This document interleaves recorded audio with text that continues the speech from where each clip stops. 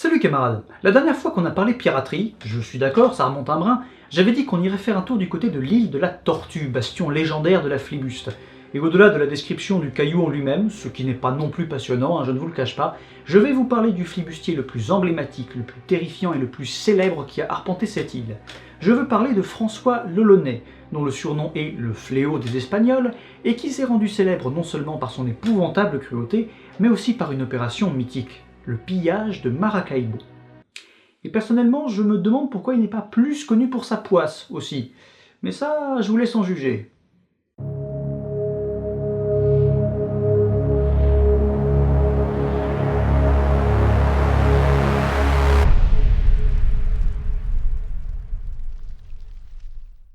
Alors déjà, qu'est-ce que la Tortue?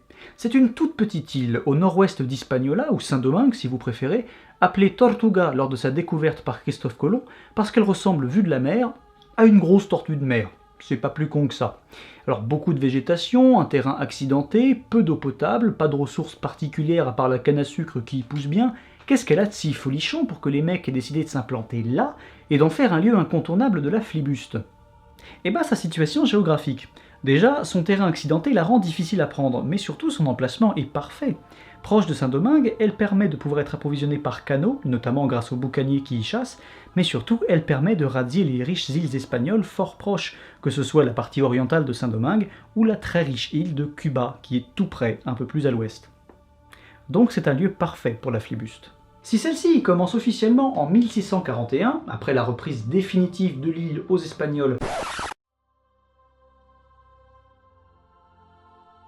par le français Levasseur, qui en devient gouverneur, les Européens y font escale depuis au moins 1582, et Français, Espagnols et Anglais se la disputent très souvent, aussi bien avant 1641 qu'après, au point d'ailleurs que certains gouverneurs français, par souci de sécurité et de prudence, préféraient prendre des titulatures aussi bien françaises qu'anglaises, dans le doute. Alors pour vous donner une idée de ce à quoi ça ressemble, dans les années 1650, on y trouvait un gros fort de 35 canons, 3 autres plus petites positions fortifiées de 4 à 6 canons, un port pas non plus gigantesque, et 500 pélos à peu près. 250 français, 50 anglais, 150 amérindiens et 50 noirs. Donc en soi, pas non plus de quoi forger une légende. Mais ce n'est pas tout. En effet, les gouverneurs de la Tortue règnent aussi sur la partie ouest de Saint-Domingue, où sont apparus les premiers boucaniers. Ces boucaniers, qui sont 500 eux aussi en 1653, c'est-à-dire autant que sur la Tortue même, ce qui est non négligeable, fournissent de la viande et des cuivres aux habitants de la Tortue, mais surtout servent de temps à autre sur les navires flibustiers de passage, où ils sont réputés comme de très bons tireurs. Et les boucaniers détestent les Espagnols. Une guerre sans merci se livre sans interruption entre les Espagnols et eux pour le contrôle de la forêt et de la savane de Saint-Domingue, que la couronne espagnole aimerait bien pacifier et récupérer.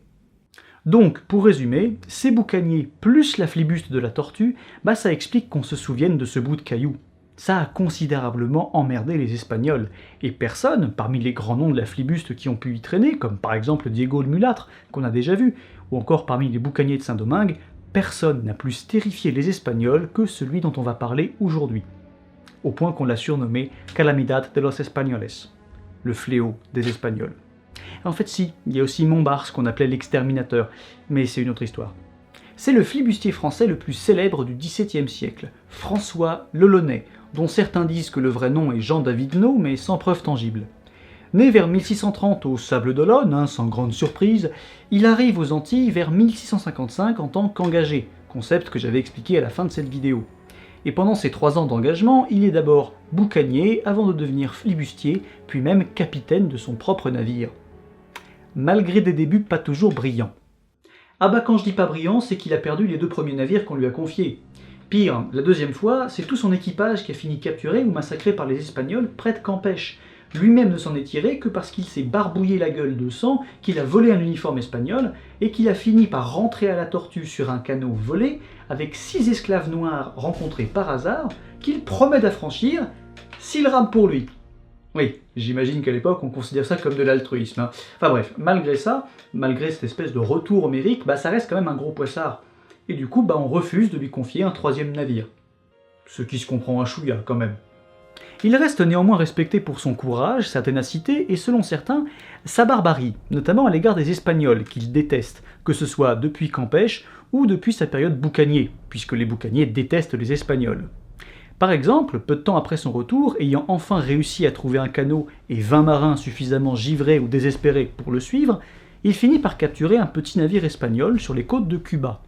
Et il apprend d'un prisonnier que celui-ci, ce marin-là précisément, avait pour mission de pendre l'Olonnais et son équipage.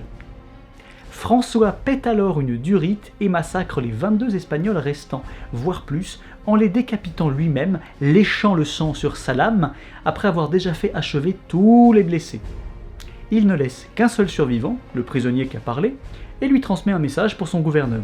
« J'ai bien fait supprimer tout l'équipage, mais le vôtre. Oui, il vaut mieux pas lui souffler dans les bronches, François, c'est pas une bonne idée, non. » Chouette rumeur, hein.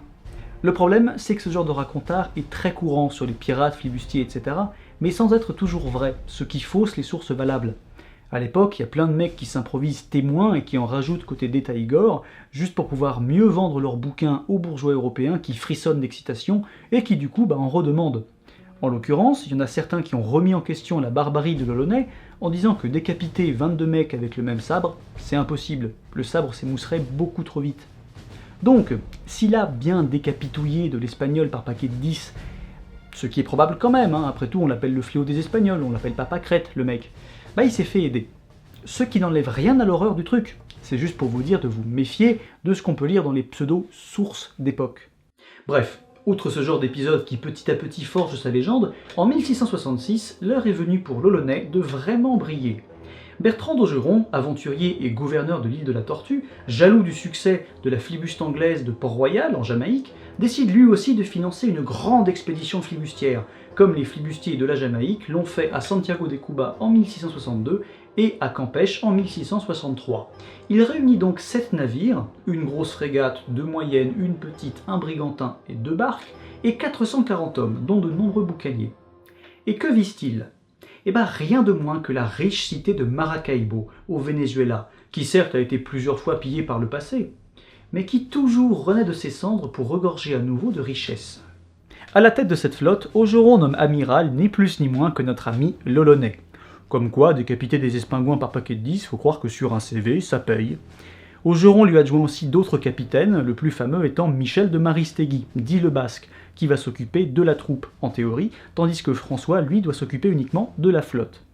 Bref, tout est fin prêt, et pour éviter les emmerdes, vu que Français et Espagnols à ce moment-là sont en paix, Augeron leur file des petites lettres de commission portugaises, ni vu ni connu, je t'embrouille, on connaît déjà cette technique. L'expédition partie, aux 7 navires de la flotte s'ajoutent vite 2 autres frégates espagnoles abordées en chemin, l'une portant du cacao rebaptisée la cacaoyère, et l'autre des munitions rebaptisée la poudrière. Oui, faut pas trop leur en demander non plus, ils se cassent pas le cul à chercher des noms, les mecs. Enfin, en même temps, on parle quand même de Loulou qui décide d'appeler leur chef le Basque et le Launay, parce que y en a un qui vient du Pays Basque et l'autre des Sables d'Olonne. C'est un peu limité, les mecs. Heureusement qu'ils n'ont pas connu Gérard Lenormand, hein. Bref, avec tout ça, ils arrivent en juillet 1666, voire en mai pour certains, devant l'immense lac de Maracaibo, et après un rude combat, s'emparent du fortin de la Barra qui en garde l'accès.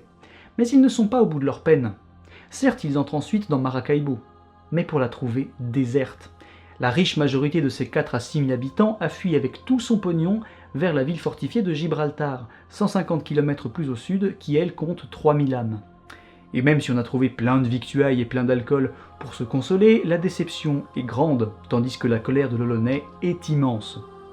Il y a même certaines rumeurs qui courent sur la légendaire ancienne poisse de l'amiral. Mais après 2 semaines à torturer du péon pour savoir s'il cache du bif ou tout simplement pour calmer ses nerfs, l'Olonnais, bien décidé à ne pas rester sur un échec, embarque tous les flibustiers direction Gibraltar.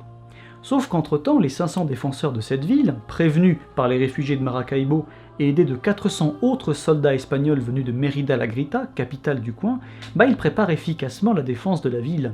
Ce qui fait que quand les flibustiers arrivent, de sanglants combats s'engagent, où les Espagnols tirent depuis leurs fortifications sur les flibustiers qui eux s'embourbent dans les marais. Et au milieu de tout ça, l'Olonnais, qui pourtant devrait juste s'occuper de la flotte, ne pas s'occuper de la troupe en elle-même, puisque c'est le rôle de Michel de Maristegui, il fonce parmi les premiers, donne des ordres, etc. Et soudain, malgré leur grosse infériorité numérique, les flibustiers réussissent à gagner, à envahir la ville, à massacrer, à piller, à violer, etc. Ils vont aussi torturer, que ce soit pour ne rien louper du butin ou pour venger les camarades morts au combat, même si là-dessus, comme d'habitude, les chroniqueurs en rajoutent un peu trop. Hein.